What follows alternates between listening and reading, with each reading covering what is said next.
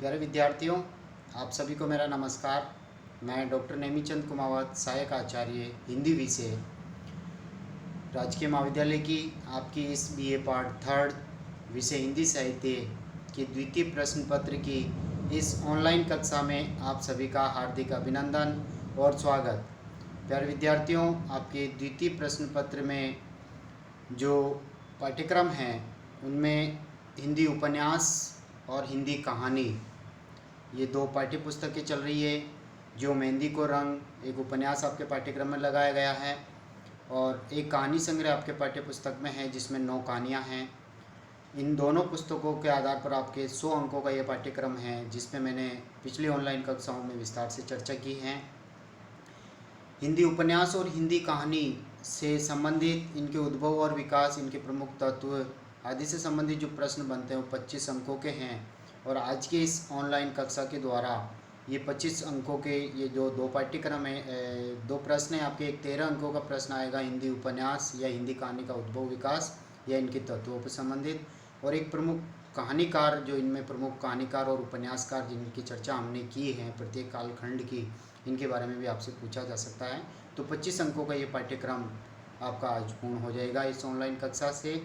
पिछली इस ऑनलाइन कक्षा में हिंदी कहानी के उद्भव और विकास की हमने 3 ऑनलाइन कक्षाओं में हमने पढ़ लिया है। कहानी की परिभाषा और पहली कहानी कौन सी है, कहानी का पूर्व इतिहास, प्रेमचंद पूर्व युगीन कहानी 1900 से 1916 ईस्वी तक, प्रेमचंद युगीन कहानी 1916 से 1936 तक, और प्रेमचंदोत्तर कहानी जो 1936 से लेकर 1950 तक।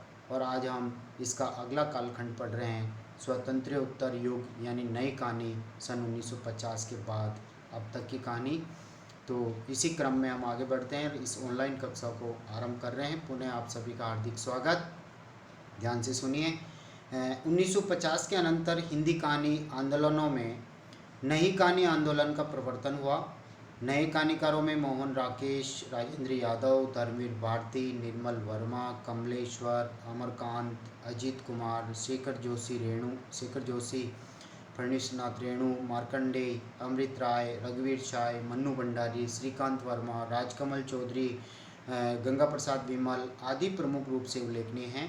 नई कहानी का लक्ष्य नए भावबोध या आधुनिकता बोध पर आधारित जीवन के यथार्थ अनुभव का चित्रण करना है। नया कहानीकार नए अतीत के आदर्शों से जुड़ा है और नहीं भविष्य के स्वप्नों से। वे केवल भोगे हुए यथार्थ को अपनी दृष्टि का केंद्र बनाते हैं। नई कहानी में व्यक्तिवाद, यथार्थवाद, अनुभूतिवाद एवं आधुनिकतावाद की प्रतिष्ठा हुई है, जिसके फलस्वरूप वे जीवन, समाज और राष्ट्र के व्यापक परिवेश से कटकर कहानीकारों के वैयक्तिक जीवन की निजी सीमाओं में आबद्ध हो गई हैं। इसलिए इस कहानी में अहम भावना, काम चेतना, यौनाचार, नारी पुरुष संबंधों का चित्रण प्रमुख रूप से हुआ है। नई कहानी के प्रवर्तक मोहन राकेश जी हैं। कमलेश्वर जी ने नई कहानी के संदर्भ में अपना मत प्रकट करते हुए लिखा है कि पुरानी और नई कहानी के बीच जो बदलाव का बिंदु है वह है नई वैचारिक दृष्टि। आज का कहानीकार पहले से अधिक सूक्ष्मदर्शी और संवेदनशील है। डॉक्टर गणपति चंद्र गुप्त के मतानुसार नई कहानी का सबसे बड़ा वैशिष्ट्य है कथा तत्व का ह्रास। नया कहानीकार कथनों को महत्व नहीं देता है। स्वतंत्रता के बाद हमारी मानसिकता में बदलाव आया है। जीवन के कठोर यथार्थ से हम परिचित हुए हैं। भूख, गरीबी, बेरोजगारी, अशिक्षा जैसी समस्याओं ने हमारे जनजीवन को पूरी तरह से प्रभावित किया है। अतः अब कहानियों के विषय जीवन की वास्तविकताओं से पूरी तरह से जुड़ गए हैं। मार्कंडेय जी इस संदर्भ में लिखते हैं कि नई कहानी से हमारा तात्पर्य उन कहानीकारों से हैं जो सच्चे अर्थों में कलात्मक निर्माण हैं, जो जीवन के लिए उपयोगी हैं और महत्वपूर्ण होने के साथ ही उसकी किसी न किसी नए पहलू पर आधारित है। नई कहानी में दाम्पत्य जीवन की प्राय सभी स्थितियों एवं पारिवारिक जीवन की विसंगतियों का चित्रण अनुभूतिपूर्ण शैली में हुआ है। जहाँ तक शिल्प और शैली की बात है, कहानीकार इसमें पूर्णतः सजगता पर बल देता है। वस्तुतः नई कहानी में कथा वस्तु एवं घटना का स्थान संवेदना और अनुभूति ने ले लिया है। इसलिए इस पर आक्षेप किया जाता है कि इसमें कहानीपन या कथा तत्व का ह्रास हो गया है, जो एक सीमा तक सही भी माना गया है। नई कहानी के जो प्रमुख कहानीकार हैं उनमें हम इनकी चर्चा करने जा रहे हैं। मोहन राकेश जी पहले कहानीकार को लेते हैं। ये नई कहानी के प्रवर्तक के रूप में जाने जाते हैं। इनके कहानी संग्रह जो प्रकाशित हुआ है वो है नए बादल, जानवर और जानवर, आज के साए, फौलाद का आकाश, क्वार्टर, वारिस, इंसान के खंडर, एक और जिंदगी आदि। इनकी जो चर्चित कहानियाँ हैं उनमें मलबे का आदमी, यानी भारत पाक विभाजन पर ये आधारित हैं, एक और जिंदगी, आद्रा, मिस पाल, वासना की छाया, काला रोजगार, मिस्टर भाटिया, अपरिचित आदि इनकी कहानियाँ हैं। इनमें शहरी जीवन की कृत्रिमता, बाह्य आडंबर, नारी पुरुष संबंधित दाम्पत्य एवं पारिवारिक जीवन के विघटन का चित्रण यथार्थ रूप में हुआ है। दूसरे कहानीकार की ओर हम आगे बढ़ते हैं, राजेंद्र यादव। इन्होंने भी आधुनिक बौद्ध को सामाजिकता के संदर्भों में अंकित करने का प्रयास किया है। इनकी प्रसिद्ध कहानियाँ हैं जहाँ लक्ष्मी कैद है, अभिमन्यु की आत्महत्या, छोटे मोटे ताजमहल, किनारे से किनारे तक, प्रतीक्षा, टूटना, एक कमज़ोर लड़की की कहानी, देवताओं की मूर्तियाँ आदि। अपने पार, इनका कहानी संग्रह भी काफ़ी प्रकाशित हो चुका है, जो काफ़ी चर्चित हैं। इन्होंने भी शहरी जीवन की असंगतियों एवं आर्थिक विषमताओं का चित्रण यथार्थ रूप में किया है। आगे हम बढ़ते हैं, तीसरे कहानीकार निर्मल वर्मा। इनके कहानी संग्रह परिंदे, एक दिन का मेहमान, जलती झाड़ी, पिछली गर्मियों में, कस्बे और काला पानी, बीच बहस में आदि। इनकी जो चर्चित कहानियाँ हैं वो है पराए शहर में, अंतर, परिंदे, लवर्स, लंदन की रात, चीड़ों पर चांदनी है, ये आदमी नहीं है, सॉरी, मेरी प्रिय कहानियाँ, कुत्ते की मौत आदि। इन्होंने कहानियों को एक नया मोड़ दिया है। भारतीय परंपरा से कटकर पाश्चात्य परंपरा से जुड़ना ये चाहते हैं। वे भारत में रहकर भी अपनी कहानियों में विदेशी परिकल्पना करते हैं। हिंदुस्तानी गरीबी की चिंता इनकी कहानियों में प्राय नहीं देखने को मिलती हैं। अगले कहानीकार है कमलेश्वर जी और इनकी प्रसिद्ध कहानियाँ हैं देवी की माँ, नीली चील, तलाश, खोई हुई दिशाएं, कस्बे का आदमी, राजा निरंबसियाँ, मुर्दों की दुनिया, 3 दिन पहले की बात, 4 घर, हम पेशा आदि। और इनके जो कहानी संग्रह हैं उनमें मांस का दरिया व बयान।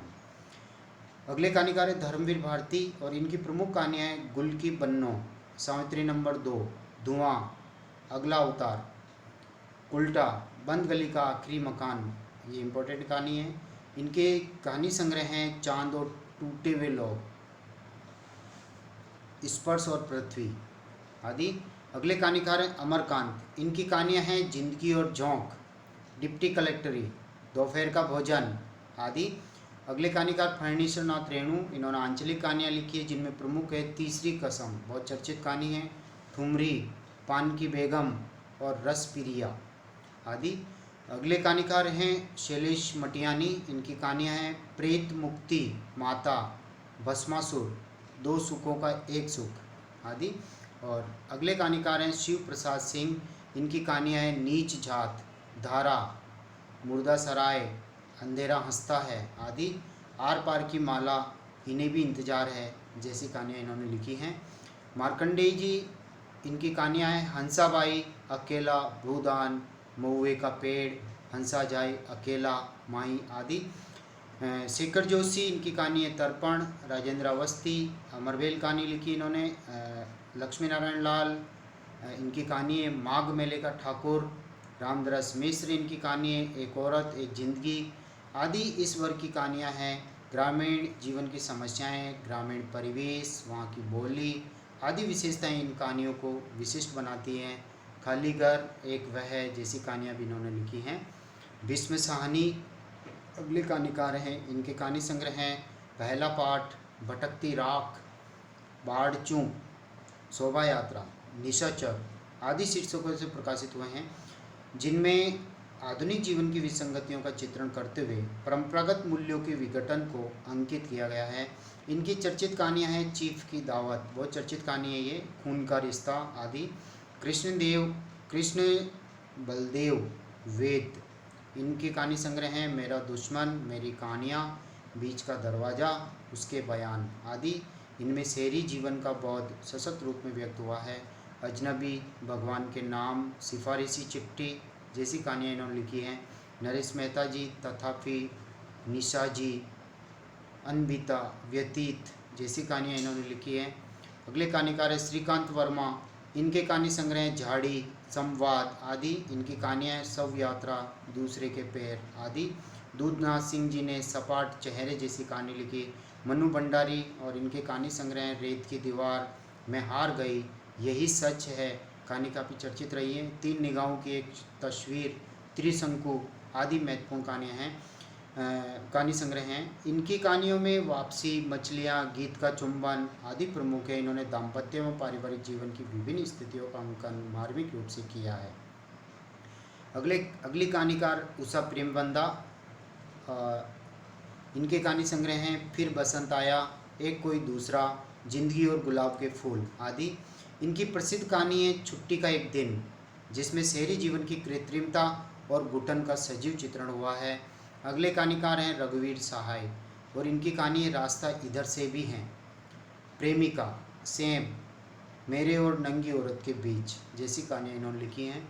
अगले कहानीकार रमेश बख्शी की कहानियाँ हैं एक तरह से आया गीत गा रही थी, अलग अलग कोण। राम कुमार, इनकी कहानियाँ हैं लो पर रही हथेली और सेलर। महीप सिंह, इनकी कहानी है काला बाप गोरा बाप। कृष्णा सोबती, यारों के यार कहानी लिखी। विष्णु प्रभाकर ने धरती अब भी घूम रही है। मनहर चौहान ने गुरगुसरा। राम कुमार ब्रह्मण ने गिरिस्तीन और हिमांशु जोशी ने बूंद पानी। हरदेश जी ने सभाएं, डेकोरेशन पीस आदि कहानियाँ लिखी। ऐसी कहानियाँ इस युग की रही हैं। कुछ कहानीकारों ने वर्तमान समाज की विकृतियों, व्यक्तियों के ढोंग, आरोपित प्रतिष्ठा, भ्रष्टाचार आदि पर व्यंग्य करते हुए, उपहास करते हुए कहानियाँ लिखी हैं, जिनमें हरिशंकर परसाई जी निठल्ले की डायरी, सड़क बन रही हैं, पोस्टरी एकता जैसी कहानियाँ हैं। शरद जोशी जी की रोटी और घंटी का संबंध, बेकारी बौद्ध, रविंद्र त्यागी जी की सारथी की खोज, हमारी वेशभूषा आदि इस कोटि की रचनाएं हैं।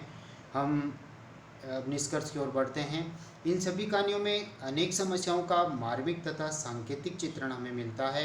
महानगर की भीड़ में व्यवस्था के बोझ से दबे व्यक्ति की घुटन और छटपटाहट, उच्च वर्गीय महत्वाकांक्षाओं को लेकर संघर्षरत व्यक्तिवादी स्वार्थ पर, मध्यम वर्गीय व्यक्ति की मनोवृत्ति, परिवार और समाज के बीच चक्कर काटता व्यक्ति, बेरोजगारी से विक्षुब्ध शिक्षित युवा वर्ग, कामकाजी नारी के परिवार और ऑफिस के बीच के बनते बिगड़ते संबंधों की विडंबनाएं, राजनीतिक नेताओं के दो मुंह चरित्रों से उत्पन्न हताशा और आक्रोश के भाव इन कहानियों में हमें देखने को मिलते हैं।